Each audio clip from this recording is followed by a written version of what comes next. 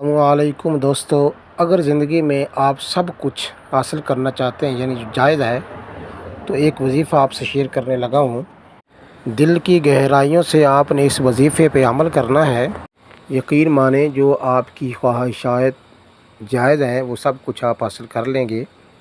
ناظرین، اس دنیا میں کوئی نہ کوئی لمحہ ایسا ہوتا ہے جب بندہ تنہائی میں بیٹھا ہوتا ہے، دل میں ایک کشش پیدا ہوتی ہے اور یاد الہی دل میں بسیرا کر لیتی ہے۔ ہم اکثر دعائیں پڑھتے ہیں لیکن حقیقت میں ہم مانگنا نہیں جانتے۔ اور اگر آپ نے دعا مانگنا سیکھنی ہو تو کبھی کسی فقیر کے پاس جائیں اور دیکھیں وہ کیسے التجا کی نظروں سے رب ذوالجلال کی بارگاہ سے مانگتا ہے۔ اس کی آنکھیں سوال کرتی ہیں، اس کے حالات سوال کرتے ہیں، اس کی چال گفتار کپڑے سب سوال کرتے ہیں۔ ہم اپنے مالک کے در کے سوالی تو ہیں لیکن ہم مانگنا نہیں جانتے کہ ہم اپنے رب سے کیسے مانگیں، کس التجا کیسے کریں رب ذوالجلال کی بارگاہ میں۔ تو میری آپ سے التجا ہے، ہمیں اپنے رب سے مانگنے کا طریقہ آنا چاہیے، ہمیں اپنے رب سے دعا کرنی آنی چاہیے۔ اکثر لوگ سوچتے ہیں کہ سب سے زیادہ دعائیں مساجد، مدارس یا خانقاہیں ان میں مانگی جاتی ہیں، لیکن سب سے زیادہ دعائیں جیلوں میں، کچہریوں میں اور ہاسپٹلوں میں مانگی جاتی ہیں۔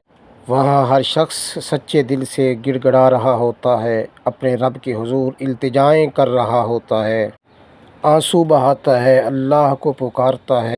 اگر دل میں کوئی پریشانی ہو اور اگر بڑی کوئی خواہش ہو، اگر کسی مشکل میں ہو تو 2 رکعت نماز نفل حاجت پڑھیے۔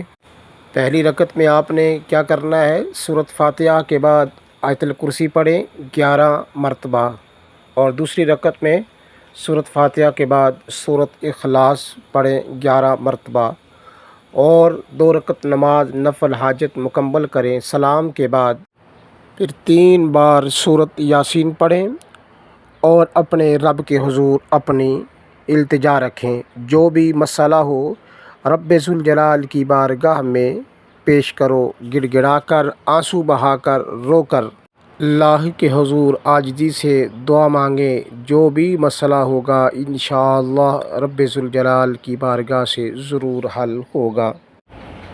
اگر دولت، روزی، عزت، سکون، رشتے یا صحت میں کوئی مسئلہ ہو تو دعا میں یہ سب کچھ مانگا کریں۔ جنت بھی مانگیں لیکن عام جنت نہیں، جنت الفردوس مانگیں۔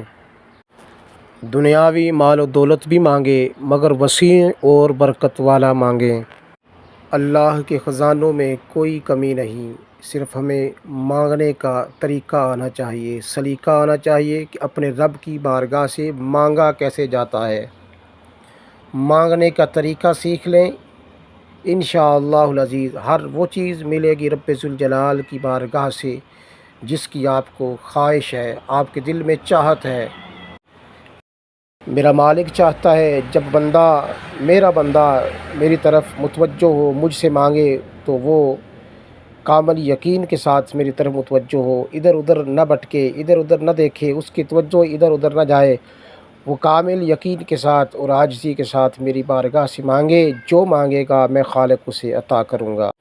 دوستو، اپنے لیے بھی دعا کیا کریں اور اپنے اولاد کے لیے بھی دعا کیا کریں، انہیں رب ذوالجلال کی بارگاہ میں ہاتھ اٹھانا سکھائیں، انہیں رب ذوالجلال کی بارگاہ سے مانگنا سکھائیں کہ کیسے مانگا جاتا ہے رب ذوالجلال سے، کیوں ایک وہی ذات ہے جو عطا کرنے والی ہے۔